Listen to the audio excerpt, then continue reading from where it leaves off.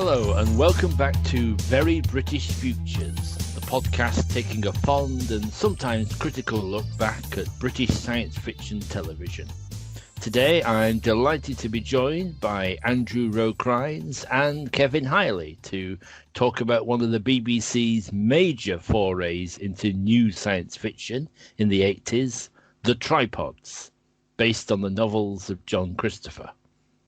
As ever, I should say that we'll be bringing up spoilers as we discuss its 2 seasons. The series has been released on DVD twice, the first in 2001 by Second Sight, and a 2009 complete series release by BBC Worldwide.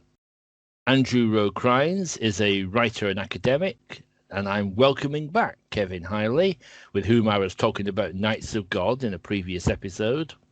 He's a video editor and graphic designer who's worked for numerous UK TV channels over the years.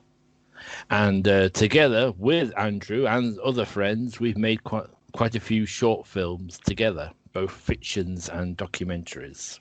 The Tripods was transmitted on BBC One early Saturday evenings between 1984 and 1985. There were 2 seasons, adapting the first 2 books in the trilogy, The White Mountains and The City of Gold and Lead, making a total of 25 episodes. The books were adapted by Christopher Penfold and Alec Rowe, directed by Christopher Barry, Graham Theakston and Bob Blagden, and produced by Richard Bates. Now, I'll tell you to Andrew, how would you describe The Tripods to a newcomer? Okay, thank you very much for having me on your podcast, Gareth. It's really good to be here and nice to be able to contribute a few thoughts on these. Cheers. How would I describe The Tripods to a newcomer?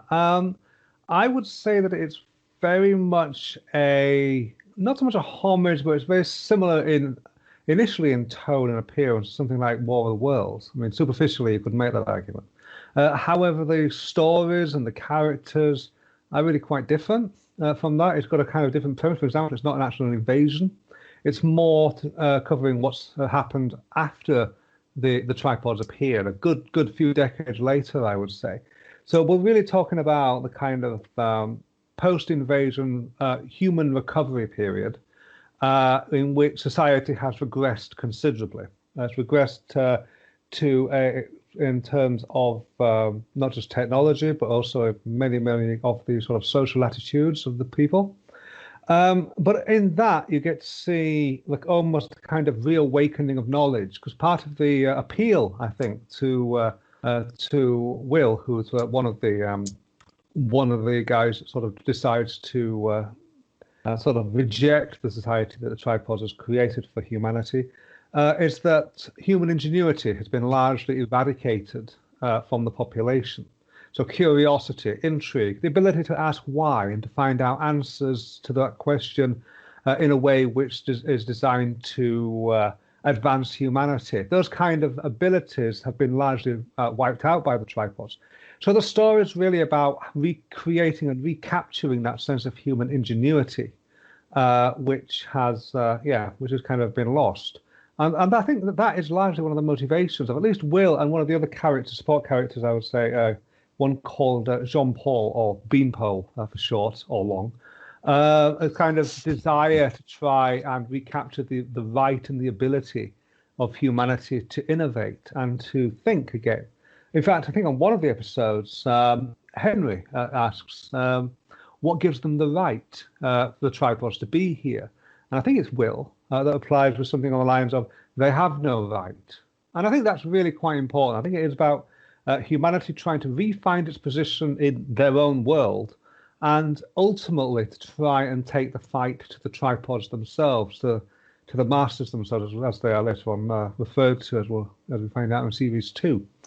But yeah, that's basically how I would attempt to begin describing the Tripods to someone who has no knowledge or no sort of understanding of it, is to sort of go beyond that superficial assumption that it's basically War of the Worlds, and to look deeper into some of the more nuanced stories, potentially about human nature, human ingenuity, and the need to be free.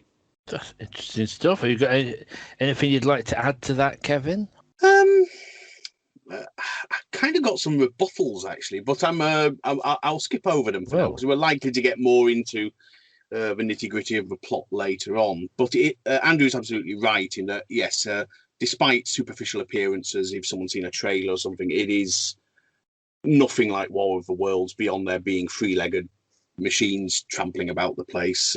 Pretty much everything else about the story is it's a hero's journey. It's an epic quest. There's probably more in the mold of something like Lord of the Rings actually than it is in something like War of the Worlds.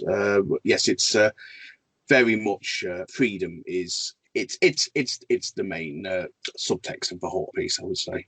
Both touched on something that strikes me about the tripods. It's always suffered a bit from, well, because it's called the tripods, and it got a Radio Times cover for episode 1 with a great big tripod looming over us.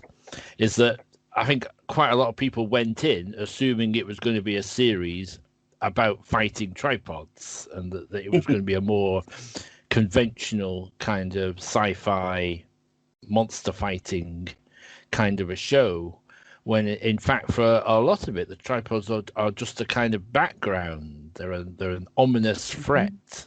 Well, it's about tripods, the human characters, isn't it? It's about the people. It's not about the tripods as such, but it's about why they do what they do, and why the people do what they do, and how they are sort of motivated in the stories that they wanted to tell. Sorry, Kevin, I interrupted you.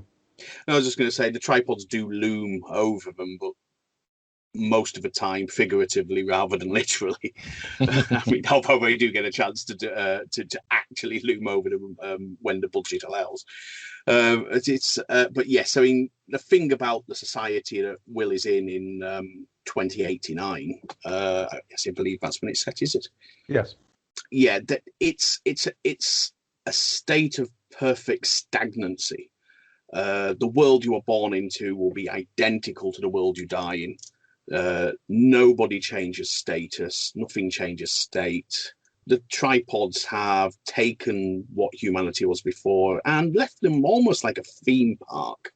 They're like a caricature of human tradition and ritual. It's just, all the pretty old-fashioned costumes, the quaint customs, the fetes and festivals, the feasting days, and everything is like, out of some sort of rural idyllic scene. But of course, it's more of an idyllic nightmare in many ways because it is stagnant, because there's no change.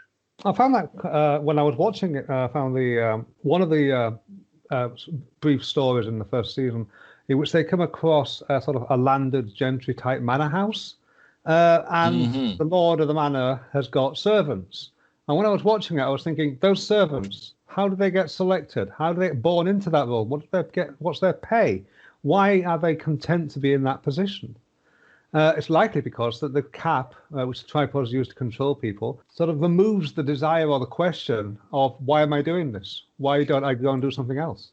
I think you're right. I think it certainly takes away the aspiration to be anything more. There's no interest in self-betterment in this society. But also, I think the cap is more subtle than that. I mean, it's clearly not just some crude limiter, like Gan in Blake 7. It's not just something that stops people being bad, because, there is still a fair amount of disreputable human behavior on display. What I think the cap is more about is it programs people into a particular status. Say, as we see in the show, immediately after you are capped, you're considered an adult. You enter a profession. Like Will's friend Jack, he becomes a woodcutter, and from that point on, Jack is a woodcutter. He will never be anything else. He has no interest in being anything else. That is his entire mold set for him, and I think the cap has a lot to do with that. So you'll get people who are sailors or butchers or farmers or whatever, and that is it. That once they're capped, they're set into their social role. It's an unchanging state for them. Yeah, I think it's always quite an adolescent fear that people have that the original books tap into. I can remember when I was young having this kind of slight fear that when I grew up I'd kind of lose interest in, would you believe it, all things like science fiction and toys and other stuff. Of course, the truth is in fact quite the alternative. If you see my shelves, so I think there is that kind of fear that kind of growing up involves losing something of yourself rather than gaining something. One other curiosity, though, is the process of education. Like, given the society is structured in a way which is basically going to sort of allocate a role as soon as you're capped, then what is the purpose in going to school? I would say it's probably just something that you do. It's part of the tradition, and it's also it's just a way of giving the kids something to do, I guess, in those years before they get capped. But what is the purpose of that education? Well, I mean, we only see it in England. We don't know if everywhere bothers with any form of early education. I mean, it also just could be that it's useful to any society, even bears, to have some sort of basic literacy or numeracy, just to keep things ticking over. You know, I mean, obviously, the tripods aren't. They're not two-dimensionally cruel and callous. They've set the society up in a way that will keep it self-sustaining and functioning. They're not. I mean, in the books, they are much nastier. They are a bit more mustache twirling in their villainy, but there's a method behind it all in the TV show. In the TV show, would you say then that they are tripods are almost motivated by a genuine sense of benevolence? They're there not to be an invader. They're because they really want to help. Well, this was something I was going to, what I was saying about a rebuttal at the beginning about what right do they have. And when we learn in season 2 from West 468 and from Coggy, we might talk more deeply about later, about why the tripods are actually there, you actually start to think, well, actually, maybe humanity got what it deserved. Because they came because humans had reached the cusp of becoming a spacefaring civilization, had the technology to do it, but they also were taking with them an extremely violent nature and were clearly engaging in nuclear warfare. And this terrified the space community. And they initiated what I suppose, in Cold War terms, they initiated a police action where the Tryons decided to initiate an intervention in Earth affairs to make it a stable and safe society.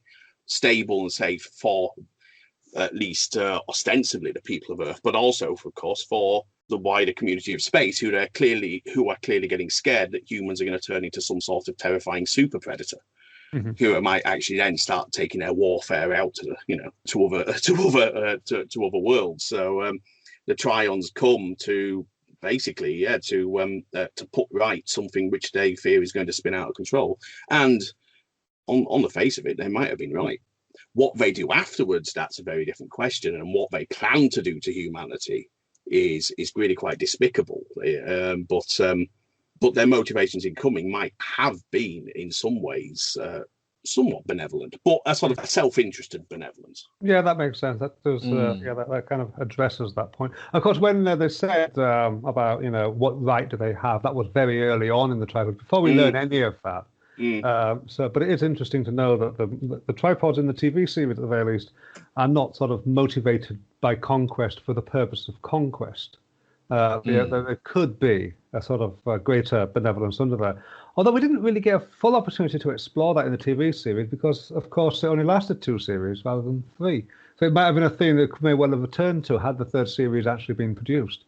But well, I'm assuming it might have ended in a similar way to the books. I mean, because at the end of the books, in the end of the last book, you have that the big conference where all the nations gather their bigwigs to talk about what the future of humanity should be, and immediately all the old nationalisms resurface and people start joining up into sides and take up alliances and drawing up their grievances against new national enemies, and it's like all the old rivalries of humanity just resurface, and the heroes sort of leave that conference feeling a bit cynical about it all. Yeah. Really. Well, as you said, Yeah. the humanity hasn't been destroyed. It's been basically put into a position of It's hibernation. So take away that yeah, dynamic, and it all comes back out again.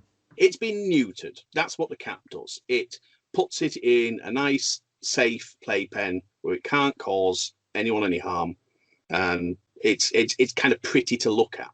Mm. It's it's, as I said, it's like a theme park. Everything is so pretty and rural, and it's the sort of place you'd like to go for a holiday. Yeah, and every country is basically a caricature of itself. England being very, very English, and France being very French, and so on and so on.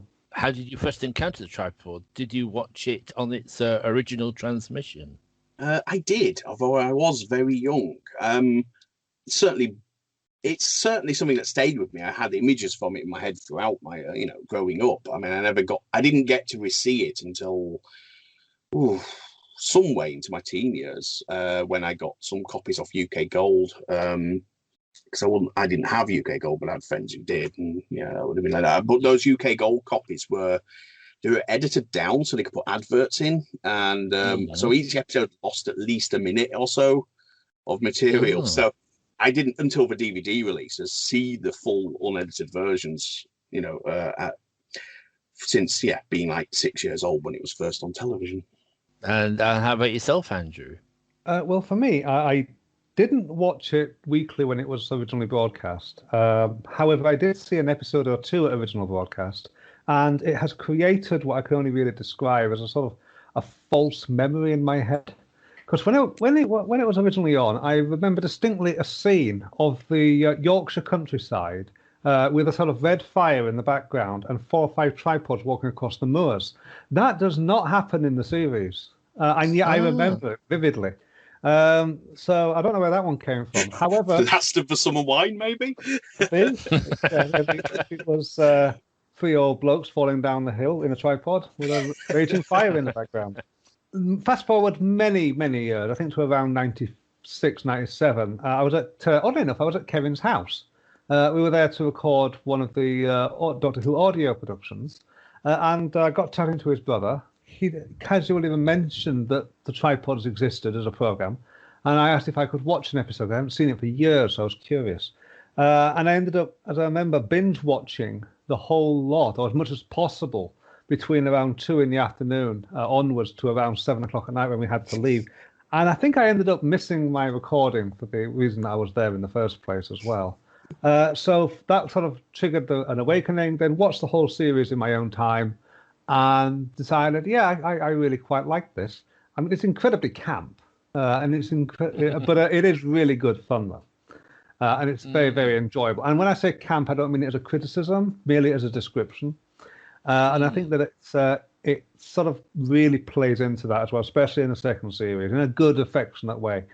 But I think, I've always had a soft spot for it since I saw it in the mid-90s again, and it's never really gone away. I watched all of the first series, I remember feeling at the time getting a bit, around the time of the chateau and the wine growing and all that, I was getting a bit fed up with it, but I sort of stuck with it. And then for some reason, I didn't watch a lot of the second series at the time of transmission. I've caught up with it since. I seem to remember, didn't start watching it, but then there was I think they gave it an extra bit of publicity when we went into the city of Gold and Lead, the aliens' home. Sort of, they live in these enclosed domes, for people who haven't seen it. I think there was a bit of a push because they created this rather magnificent model city, and at the time it was fairly state of the art for BBC special effects. So I tuned in for them. So I watched all the ones that were set in the alien city, and then for some reason I drifted away again, actually, and I only heard later on that that was it. It wasn't going to be coming back for a third series. In a way, that's a shame. I'd love to have watched it the first time round and ended it on that cliffhanger, and then discovered, that's it. One thing I would add, if I may, to anyone that's considering watching it, is not to do that awful thing that we tend to do these days of binge watching the series in one go. I don't think it really lends itself well to binge watching. Because if you try it, no. then it feels like it's dragging or even treading water in a similar way to what The Walking Dead does. But if you watch it in a kind of episodic way, you get around that problem and you're kind of able to sort of buy into it more. Whereas if you do try and binge watch it, it just becomes really difficult. I think that's a good point. I think it does it does not reward watching it in a marathon, because there's a fair amount of, especially in the first season, of kind of escape and avoiding capture, escaping out of places. In the first season, especially, I think the problem is the source material maybe has enough for 8 episodes, and of course they've got 13 to fill, and so they have to stretch out what might have been maybe one paragraph in the book into an entire episode. So yes, everyone will mention the winery, and it, as we said, especially in the first season, the episode at the winery is by far the slowest. Some interesting things in the episode, but it is that's when the series is at its absolute slowest. The chateau stuff, some of it's, I mean, the joust is quite fun and the contest is quite fun, but some of the love stuff with Eloise is a bit of a snooze fest, it has to be said. It's true. It doesn't really it's not their fault, but I mean they're both a bit insipid, really, between the two of them. So it doesn't catch fire in the way, because in a way it should, because it's an interest. And I was thinking about this watching the Vineyard episode again, thinking this could have been made a lot more interesting if they'd given those girls a bit more personality, because they are a bit sort of, we are symbolic French girls, sort of like we come with the Vineyard, and if they'd given them a bit more personality and have it was a real wrench of, do I carry on or do I settle down, sort of like in this safe place. It is rather unfortunate that the moment that 3 teenage boys turn up, the first thing the mother tries to do is marry her daughters off to them, without bothering to get them to know them first or anything like that. No, just straight in with marriage. I suppose it ties in again, in this sense, this is a society with very defined roles for everybody, so to fit into. Really. There's no female emancipation in this world. This is an entirely patriarchal world by design in this case. Yeah, which I suspect might have been a slight problem why it didn't get the audiences that it should have, because there's no good female characters in it, really. If it were made now, one of the main trio would have been... I don't know whether it would Henry. It'd probably be a Henrietta. I think Henry, they're the most obvious one. Sorry, Henry, to be to be substituted. Yes, and I remember I had come across the books in my school library, so I sort of read them when I was at school. Had either of you two read the books before it became a TV series? Not at that age. I mean, I read the books. I don't know. I was probably around about 12-ish when I first got copies of them, and I enjoyed them. I think they are well written children's science fiction books.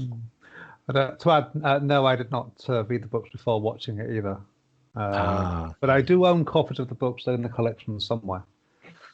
It's weird. Actually, funny, I've got a memory of you buying the complete published as a trilogy when we were out filming somewhere, and you found it in a shop. Yeah, I don't know if that's a. I think so. I can't remember any of the other details about when or what we were filming or anything like that, but I just remember vaguely stumbling across them and just buying them. I think the shocking thing about the novels is how short they are. They really don't outstay their welcome. Yeah, they're definitely they are sort of, which is good, I think, for especially for young boys reading books. I think and John Christopher, who wrote quite a few of these sort of junior science fiction books, as well as grown-up ones like the Death of Grass. They stand up pretty well, I think. As adventures. And in fact, that ending that you talked about, the ending of the Pool of Fire, where it's not just a kind of celebration and everyone sort of poses and looks forward to the glorious future, and the fact that we had all that kind of everything begins to fall apart as soon as the tripods has gone, which that ending did actually stick with me. That's a part of the book I really remember more than the other parts. But I think it was inevitable that society was going to fall to pieces. At least that version of society was going to fall to pieces, because it was essentially artificially created by the tripods. So if you leave people back to their own devices, they'll want to rebuild their own society again.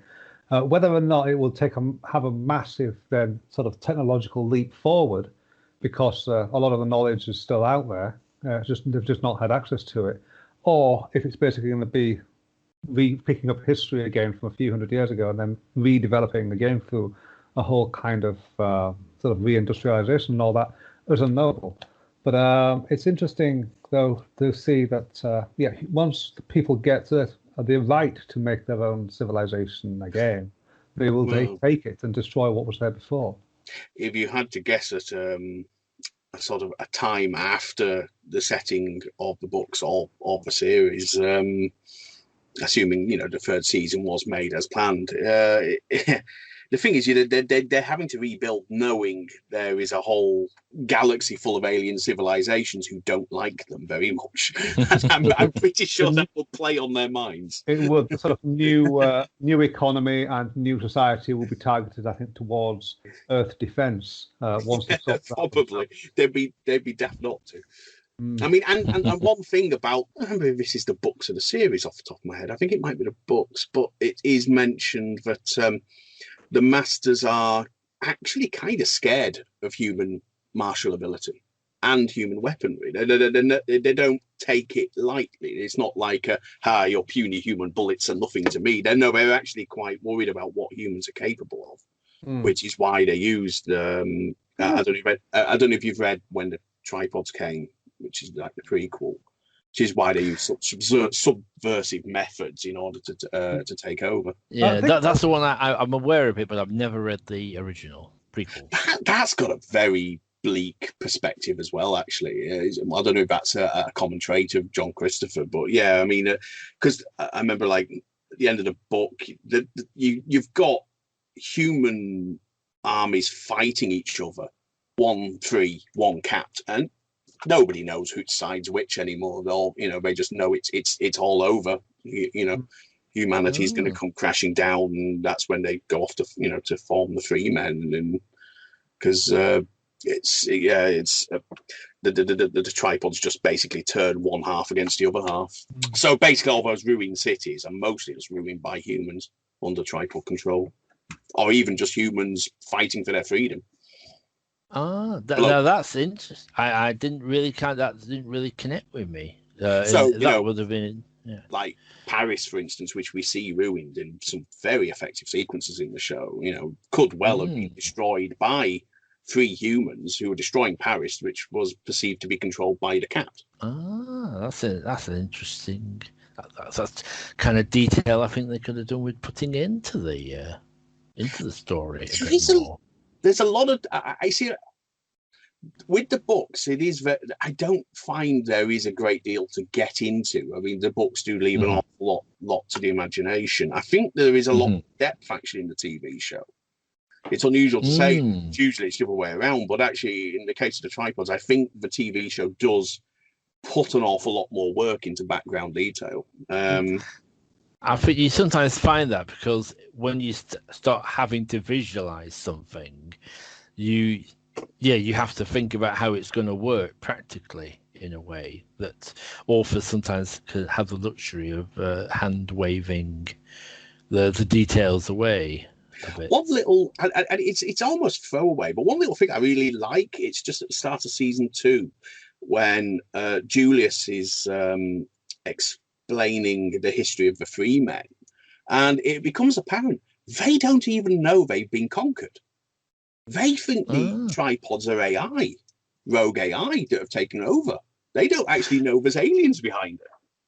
That's very true. I think that is one of the interesting points. There's that nice I think it's the last episode of season 1 where Will they become trapped underneath that that fallen tripod, Yes. and Will he says, "Oh, I think I saw somebody in there," and the other two go, "Ah, that's ridiculous." And I remember thinking that was a really thrilling moment. That's possibly my favorite episode. Actually, I think it's a really gripping episode. That one. Very fateful. That I think that Henry blowing up that tripod is what leads to the mayhem in the second season. You know, because it becomes apparent the tripods know about the three men, they just don't care. They're not a threat. They're not important. They're just something for the Black Guards to clean up from time to time, chase down a few subversives here and there, and then a tripod gets blown up. And I think that's it. That sets all the wheels in motion for them eventually coming to incinerate the three men's camp and to crack down on them. That's when they start turning up in the valley to fry people, like as starts happening in season 2. So it's all Henry's fault. Hope he's Moving on to the heroes, if watching the series, what do you think of our leads? Really, our 3 young leads, and then of course they're joined by Fritz in the. So, any thoughts on Will and Beanpole and Henry? Well, I think with Will, he's basically motivated partly by fear in the first episode, fear of being capped. Beanpole motivated by the desire not to lose his creativity, and Henry motivated by the need to just do something, because Henry doesn't seem to be really. You could remove Henry from the story and it wouldn't lose a thing. Now that's very harsh to say, especially given that is very harsh. Has attributed Henry to basically the destruction of the Freeman at the end of season 2. But at the beginning, all he seems to do is just tag along with Will because there's nothing else to do. It's either that or just stay in the village and cook eggs or something. It's true, yeah. As it goes on, though, he does pick up his motivation and things like that. But I think Will and Beanpole have a very strong motivation for why they do what they do and why they don't want to be capped. It's personal to them.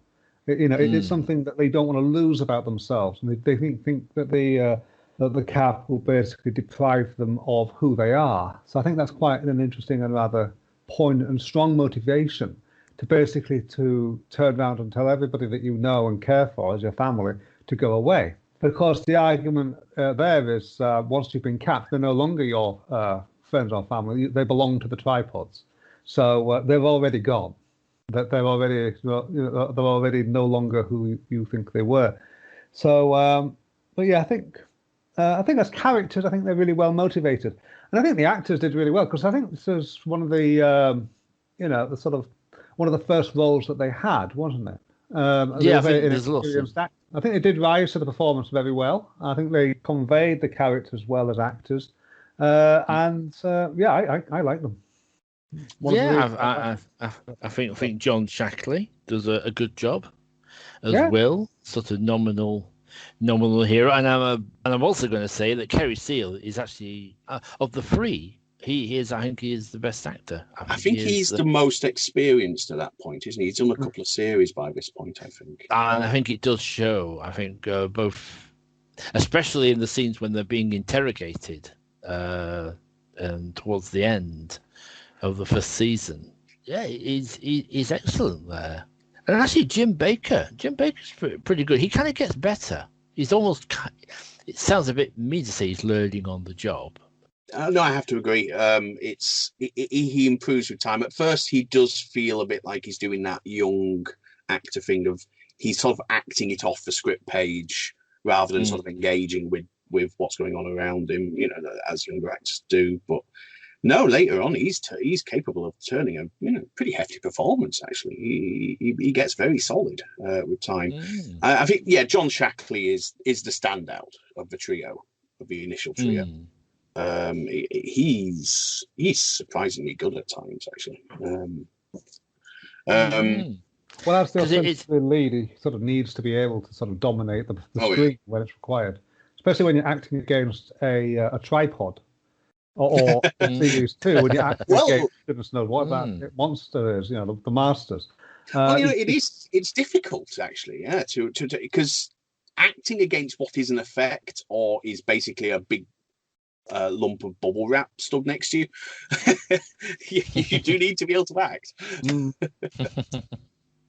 Yeah, it's not actually that starry a series actually. I was looking through the cast list, and there's not actually that many sort of familiar faces turn up in the tripods compared to some series. We've got Jeremy Young and Pamela Salem turning up as the Count and Countess in the chateau.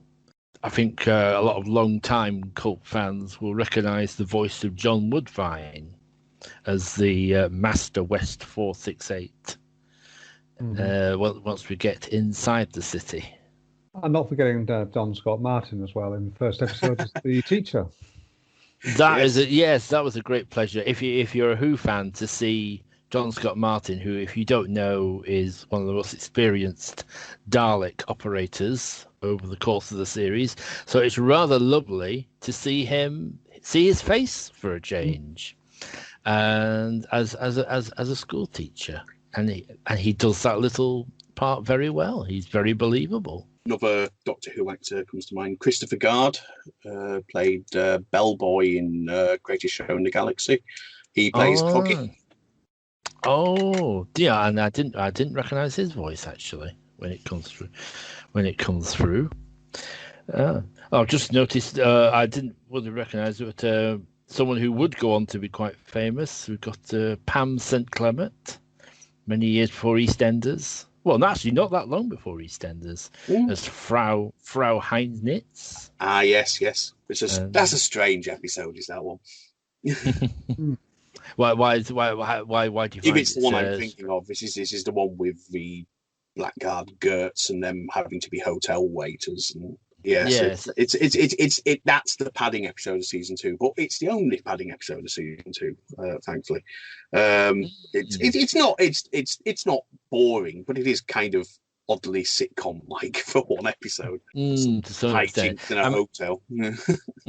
I mean, some people complain about the circus subplot that comes in towards the end of season 2, but I didn't mind it so much. I thought that was an interesting extra wrinkle. I'm just remembering in the circus subplot, it's another Doctor Who actor, Bruce Purchase, the pirate captain. Oh yes, another sort of colourful. And very, very over the top again, and it's difficult not to love every second. He's a great fun actor. He's great fun to watch. Is Bruce Purchase. We didn't mention Fritz. We didn't talk about Fritz. As like the fourth member of the group, really. Yes, who steps in, Robin Hayter. And he is, I think a credible performance. This is slightly more intense sort of. Hey, He's almost like a professional resistance fighter.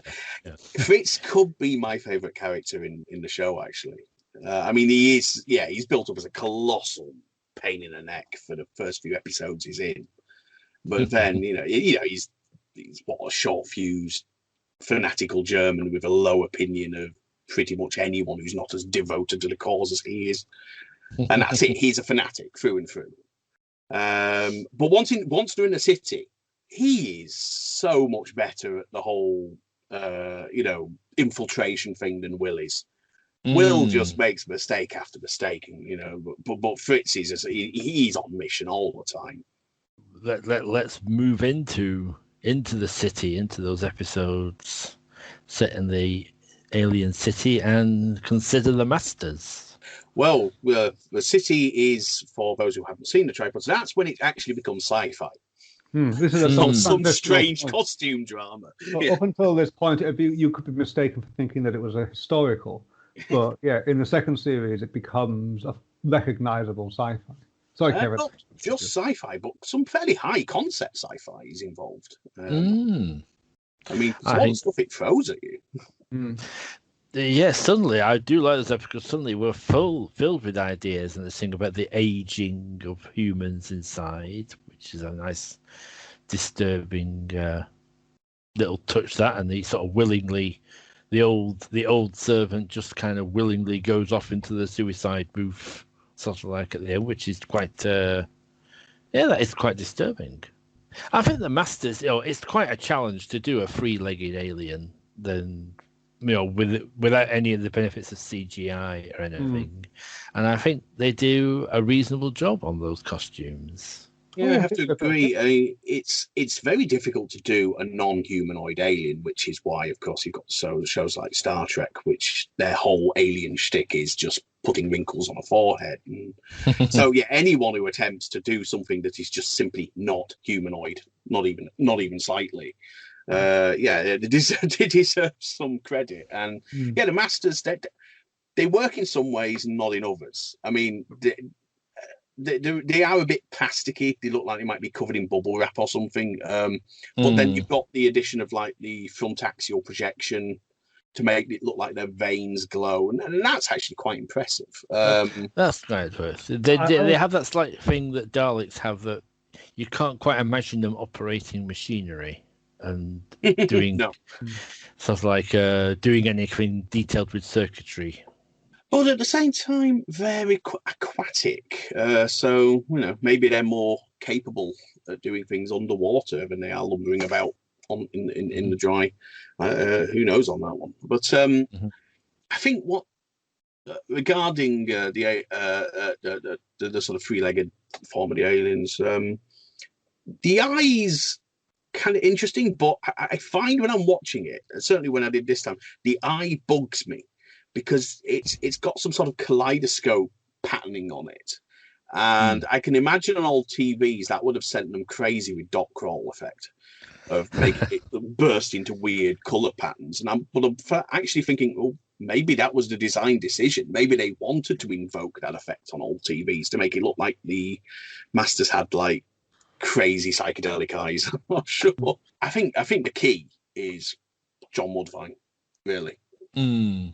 What it's could marvelous be a fairly awkward looking alien prop is transformed into a living being when he's added, and all credit to him as an actor, I think, for that. Just to basically echo what Kevin said really about the design of the Masters, and they do really, really good. They do. You can be mistaken for thinking, they do look a bit plasticky, but it all comes together and it all works really well. And that is all, of course, the performance of them is attributed to the voice acting, I think, which really does give it a sense of life and a sense of motivation and purpose, really. So pretty much just to echo what Kevin was saying there. Best thing about the Masters is when we meet him is they start actually giving us some answers.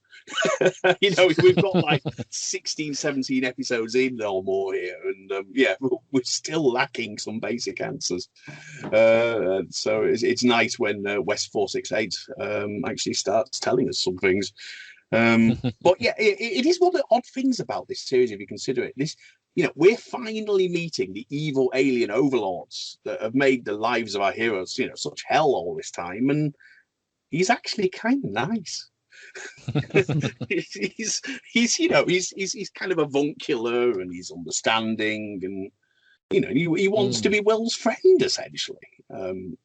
It's an unusual power dynamic with West 468, but it seems to make quite clear he's the exception, very much the exception. A lot of the Masters couldn't care less what happens to their human slaves. I mean, in the books, it's more like the Master treats him more like a cat or something, like strokes him and pets him and stuff. But so thankfully it's not like that.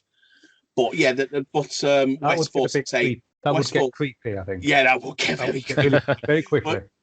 But, he definitely treats him with a certain level of respect that most Masters definitely don't seem to show to humans. Most of which they just see them as vermin or troublesome or just beasts of burden. Speaking of things that might have gone a bit creepy, I don't think we can visit the city without addressing the facilities. Well, Andrew, I'm looking over to you, Andrew. Do you want to talk a little bit about the leisure time? Right. The pink parrot, is it? The city certainly does look after its human population, gives them a good social life. The venue, Pink Parrot, is where people, go down, hang out, and enjoy themselves. It's a part of human life which is probably, although we only see it in a few countries, probably denied the rest of the population. I can't really see many nightclubs opening up in these sort of quaint 17th century style villages. But here, humanity has afforded an opportunity to almost have a lifestyle that you would recognize from the mid-1980s or the 90s or even today, in which you can just go out and have a drink and socialize. Well, I say have a drink, but no alcohol. Alcohol is, you don't need alcohol to socialize. But yeah, it's an interesting extra dimension, I think, to the way that humanity is treated and the difference that humanity is treated in the city relative to the rest of the population of the planet. But as I said at the beginning, though, we've only seen a couple of countries. We've only seen England and France and a few others. We don't know. There may well be nightclubs around the world for human use, but I doubt it based on the evidence that we've got so far.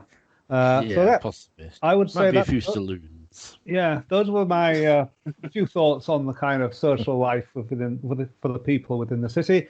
It's nice that the tripods give us one.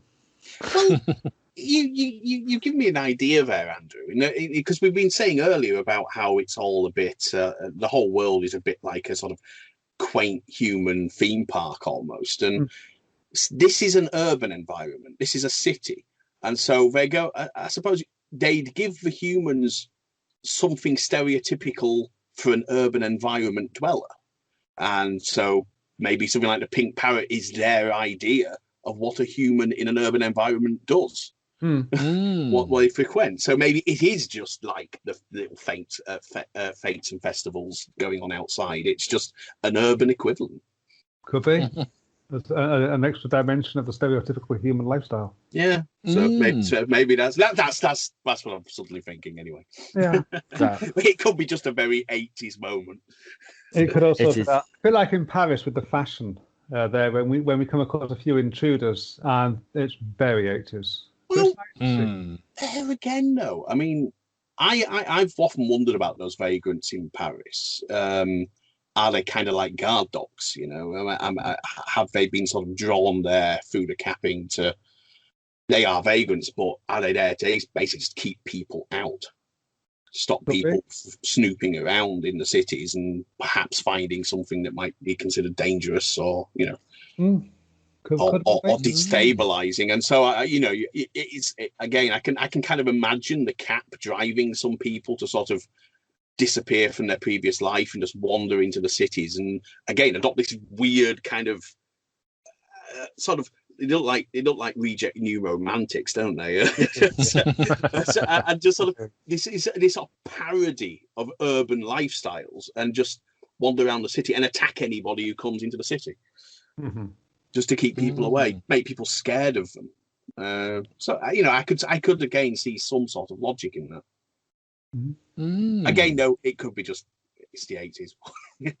Could also be that as well. But there is some logic to them keeping people out of the cities as much as possible.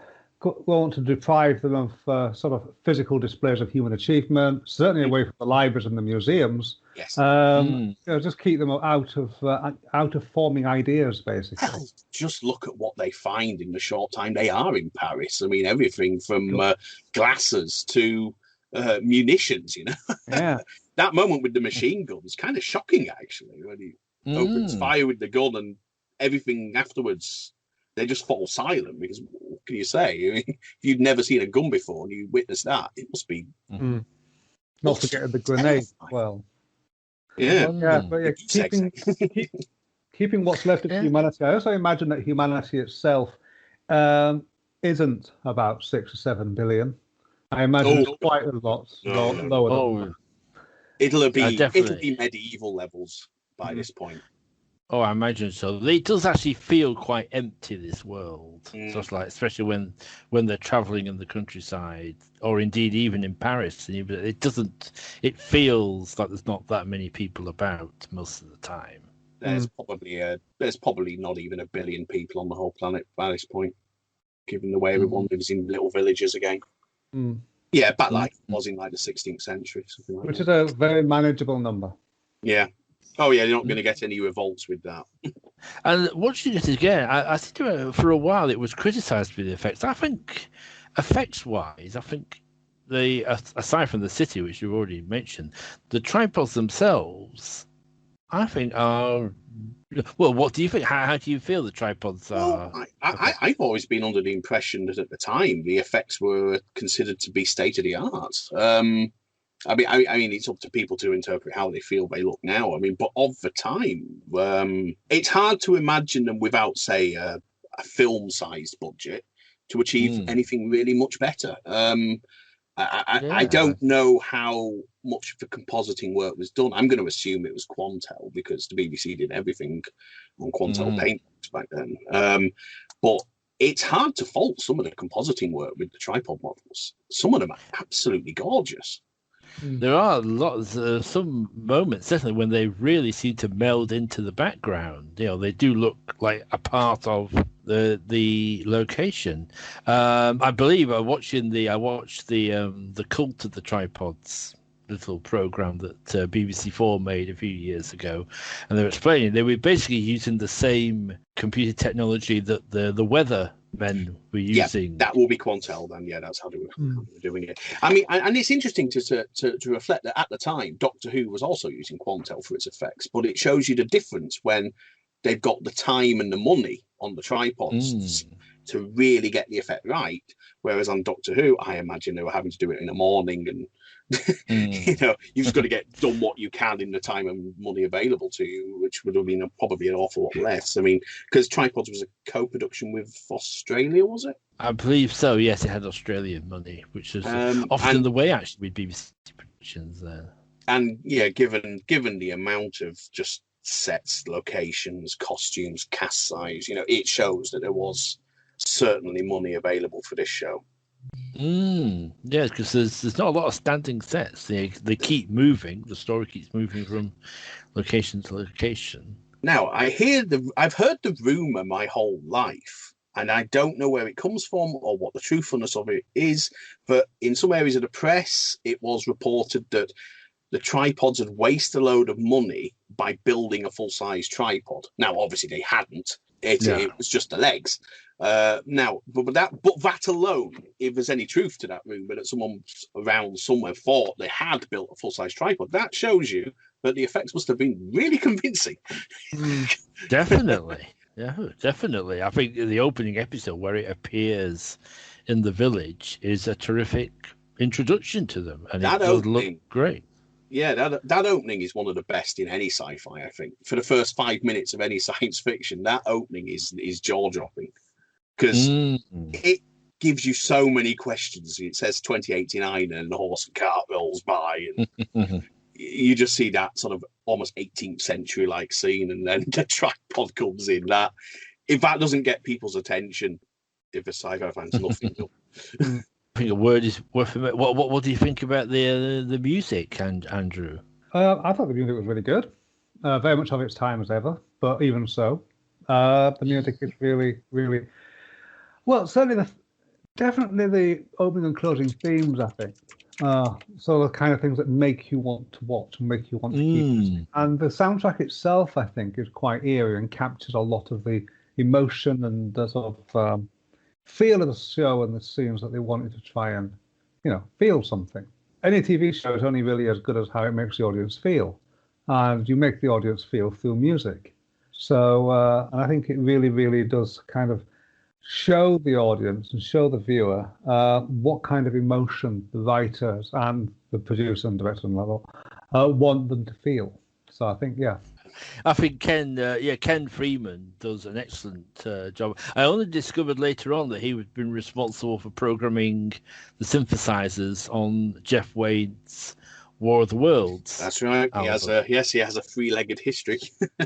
It always slightly amused me. This like that somebody at the BBC was saying, "Well, we've got this show it's got these big tripods in it. Who can we get?" And you get this feeling that first of all they phoned Jeff Wayne. And then they phoned Ken Freeman. Well, Ken was known on the circuit, I think, as you know, as a major pioneer of the synth. And I seem to remember hearing somewhere he had a nickname of the Professor or something along those lines in his engineering work. I know that when they were in pre-production on the tripods, they were looking for someone who could give it. They didn't want the radiophonic workshop. They wanted someone who could give it a very much a different sort of audio identity to Doctor Who or any of the other, BBC sci-fi shows at the time. And well, they must have settled on Ken Freeman at some point. And yeah, his score is fantastic. Yeah, it's of its time, and it is a synth soundtrack, something that will fall very out of favour in the decade after. But it's for anyone who loves electronic music, they really should seek out the Tripod soundtrack, because it is absolutely superb as a work of synthesizer instrumentation. It's well worth checking out. It's on Spotify. Yeah. Whilst saying that it is very much a product of its time, and it did fall out of favour in the 90s, that kind of music, I think it's back in vogue more now. I think the sort of synth wave movement has made synthesizers sort of cool again. Almost makes the tripods feel contemporary, and so I think that's one of the sort of key headlines really from this discussion, is that the tripods have still got a lot to say, and it's still got a lot to say to current audiences. So I would recommend it, if you've not seen it, to go out there and watch it, because it is really enjoyable, not just as a sci-fi, but the messages that it's got. And of course, if anyone got the more recent DVD release, there is Ken Freeman basically does a sort of a recently recorded imaginary score for Series 3. And again, it's absolutely fantastic and really should be listened to. And anyone who already loves the music he did for the tripods, it builds on those themes and adds a bit of a few more twists. And listening to it, you can almost imagine the scenes of what was planned for season 3 taking place. I think it would be nice to get somebody to do some graphic illustrations of key moments from Series 3, put the soundtrack on top of it, tell the story that way. Well, that sounds there might even be things like that on YouTube. I mean, there is still something of an active fan community out there. I mean, I stumbled across an Australian fan film recently. It was made very recently by people who don't look like they would have been alive when the Tripods was transmitted. So, there's people are discovering the show still. Still an audience for it, and there's still a role for it in modern society. Yeah. Well, actually, on that note, I think we should this has been a fascinating talk. And I was wondering if you've already given it. I know you were trying to do some nice summarizing there, Andrew. I did notice. So I was going to come to some final thoughts to wrap this up. Would you like to go first, Andrew? Yeah, sure. I will just say that I think the Tripod is a really, really not just an entertaining series. I think it's an important series. It's an essential part of British sci-fi canon. It's often forgotten today, largely not because people don't like it, but because it's just been forgotten. So I think it's worthy of remembering it, and I think it's worthy of reading the book. It's worthy of watching the TV series, and it's really, really an important series, because I think as we've touched on today, it does talk about some very high concepts of science fiction. It looks at some major society issues. It looks at the patriarchy. It looks at elements of sexism. And in the second series, almost begins to touch on issues of homophobia, which are issues that we still talk about today. So I think it does still have a voice. It still does have a place. If you've not seen it, if you're a younger sci-fi fan and you're just listening to this because of curiosity to find out what is this Tripods thing, I would say this Tripods thing is really, really entertaining, really important, and it is a good series for you to go and watch sort of now. So enjoy the DVD. It's available on Amazon, I expect. If you have in your head a sort of preconceived notion of what an 80s sci-fi from the Beeb looks like, then the Tripods is definitely something you should have a look at. I mean, for its time, it is definitely a cut above the average in how it looks, how it feels. I mean, there is definitely quite the expensive sheen to this show that you may not have seen on, say, something like Doctor Who or Blake 7 of a similar period. Just the sheer variety of costumes, of set pieces, of locations. I mean, the series travels all around Europe. I mean, there is actually some genuine foreign filming. It's not all just slate quarries in Wales. And also, the tripods themselves, when they do appear, are often spectacular and make for some extremely memorable sequences. It is not the fastest paced show. That is something I've got to stress. It is not all action. There is some action in it, and it does actually get quite exciting at times. But you will have to deal with long sequences of people singing while making wine. You will have to deal with people chatting about local politics at a dinner party. I'm afraid that, yes, there are definitely legitimate criticisms of it being slow, mostly in the first season. Once you're in the second season, though, it really picks up the pace and it really goes for it. And anyone who comes away from the second season having not enjoyed it, I think they must be crazy. I would say that, just to add an extra point before handing back to Gareth, if that's okay, I would say that because of those reasons, as I said earlier on in the podcast today, don't binge watch it. It's not a series that lends itself well to binge watching. A couple at a time is probably the best. Yeah.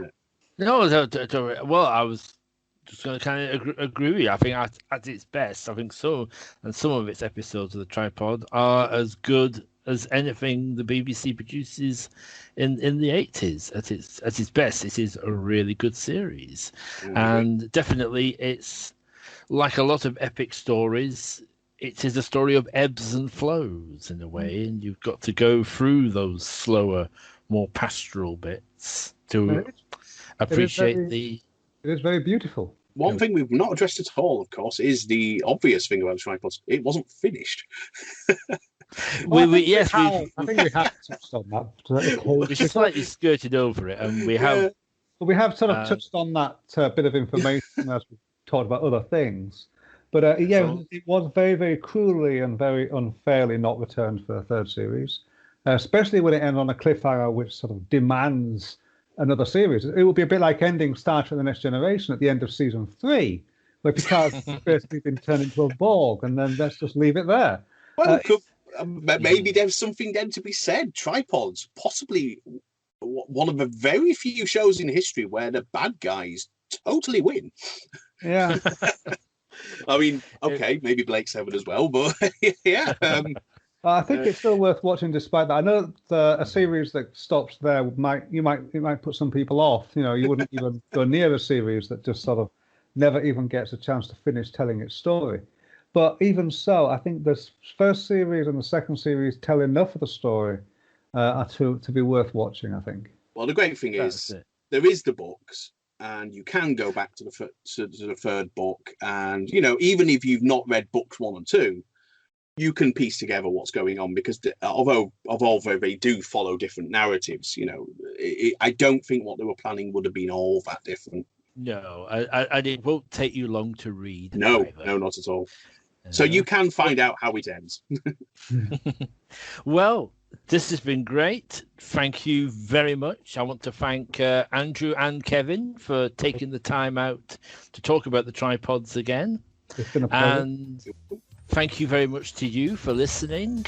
And I'll look forward to us all being together again soon. So bye-bye for now.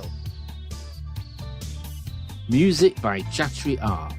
You can find out more about the podcast and leave comments at its Twitter account @FuturesVery, or visit my blog at garethpreston.blog for more reviews and news.